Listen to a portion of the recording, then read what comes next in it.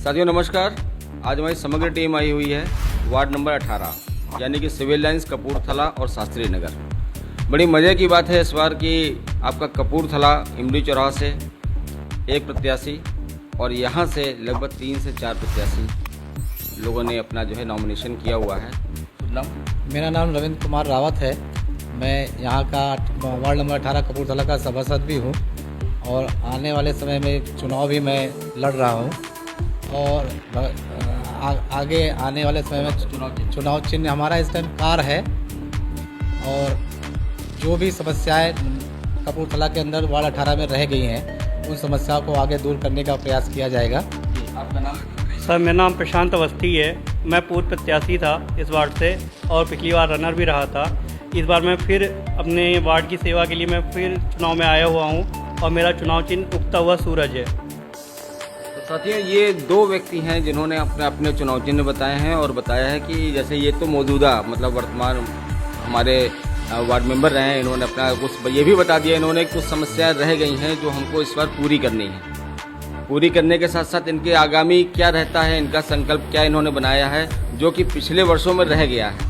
उसमें बहुत सारे कारण रहे, कोरोना भी आया, बहुत सारी समस्याएं रहीं जो कि पूरा नहीं कर पाए। और एक युवा प्रत्याशी हमारे संग प्रशांत जी हैं जिनके अंदर भी एक सपना है कि हम अगर प्रत्याशी बने तो हम इस मोहल्ले के को कितना चमन करेंगे, लोगों की समस्याओं से, लोगों के दिलों से कितना। साथ ही आप जानते हैं कि हमारे जो प्रत्याशी लोग हैं वो किस तरीके से, किस पद्धति से काम करना चाहेंगे।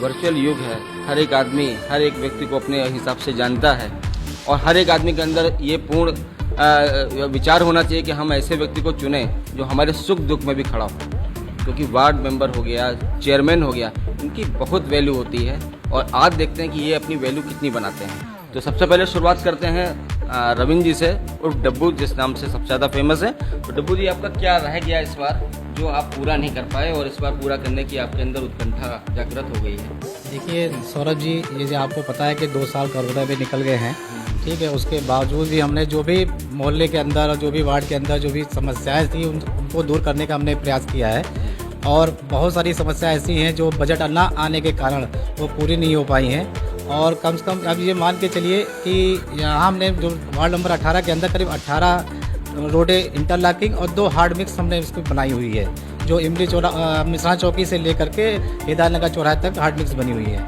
और एक आपके ये शमशान पुलिया से और आपके रामा दालान मिल तक गई है और इसके तहत दोनों तरफ हमने इंटरलॉकिंग भी लगवाई थी और कुछ अधूरे काम रह गए जो पुलिया तक जा करके वहाँ दोनों तरफ इंटरलॉकिंग रहेगी और जो आने वाले समय के अंदर जनता ने चाहा तो उसको मैं ज़रूर पूरा करूँगा। और भी बहुत सारी आवश्यकताएँ हैं जो मैं आने वाले समय के अंदर।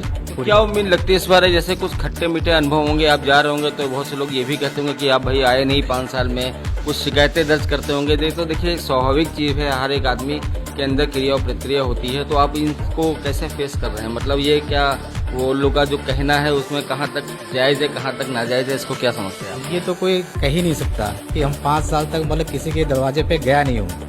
आप ये समझ लीजिए कि अगर कहीं भी जाते हैं वही इज्जत मेरे ख्याल से जो पिछली बार लड़े थे उसके बाद भी मतलब कि जो है वो किसी के घर जाते हैं बैठ करके वही इज्जत हमको मिलती है, उससे ज़्यादा इज्जत बल्कि हमको जरूर देते हैं। तो हम यही चाहते हैं कि ऐसे ही प्यार, स्नेह और इन सब चीज़ों का मतलब कि बना रहे हमारे ऊपर, बस यही चाहते हैं। अच्छा, आने वाले समय में यदि आप जीतते हैं तो आपके दिमाग में क्या मतलब सिस्टम बन रहा है कि हमें क्या करना चाहिए, क्या क्या योजनाएं बन रही हैं कि हमें क्या कर देना है? भाई सबसे बड़ी समस्या तो जैसे जो एक आम आदमी की होती है, सड़क, पानी और बिजली और साफ सफाई। कुछ और नया बाकी जो रोडें बहुत सारी रह गई हैं उन रोडों को मतलब कि जो प्रयास करेंगे कि वो बने, क्योंकि हमें तो इस कार्यकाल में चेयरमैन थोड़ा सा एक ऐसे व्यक्ति मिले जिससे हमें मतलब कि जो है थोड़ी निराशा हुई है।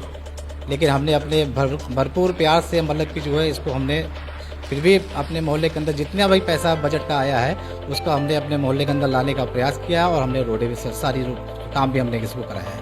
साथियों हम लोगों ने रविंद्र रावत जी को पूरा सुन लिया कि उनकी क्या योजनाएं हैं, किस तरीके से कार्य करेंगे।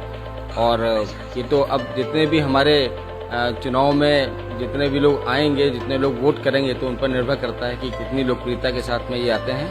और हम अपने नए जो हमारे उतर रहे हैं जिनका उगता हुआ सूरज है, जानकारी लेते हैं प्रशांत जी से। प्रशांत जी, आपने किस आधार पे क्या चीज़ आपके अपने मुकाम है, क्या क्या आप करना चाहते हैं, इसके बारे में बताइए। सर पहले तो मैं समग्र टीम का तहे दिल से शुक्रिया अदा करना चाहूँगा कि उन्होंने मुझे ये मंच दिया हुआ है जिस पर मैं अपनी बात रख सकता हूँ।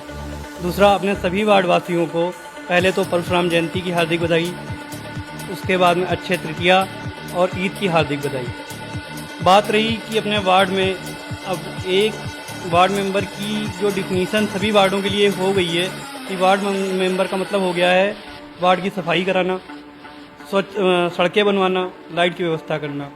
इसके अलावा भी हम लोग बहुत कुछ वार्ड के लिए अपने कर सकते हैं, जिसके लिए ना तो बजट की आवश्यकता है और ना किसी सोर्स की आवश्यकता है। जैसे इस बार आपने आयुष्मान कार्ड भी काफ़ी बनवाए। जी, इससे पहले मैं 1 बाय 1 अब कुछ काम बताता हूँ आपको कि कैसे कामों को हम लोग कर सकते हैं, क्या सेटअप होना चाहिए। सबसे जैसे अभी कहा गया कि कोरोना काल में जो है 2 साल हमारे गए जिसमें हम काम नहीं कर पाए। कोरोना काल वो एक पीक टाइम था जिसको अगर कैच किया जाता तो हम लोग सबसे ज़्यादा मदद कर सकते थे लोगों की।